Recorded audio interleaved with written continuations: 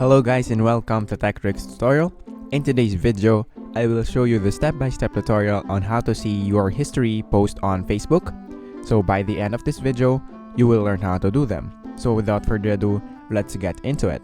So the first thing that we need to do is to go here on this three-dot line right here. So just click it and then scroll down until you see this setting button right here. And after clicking your setting, just scroll down until you see this activity log.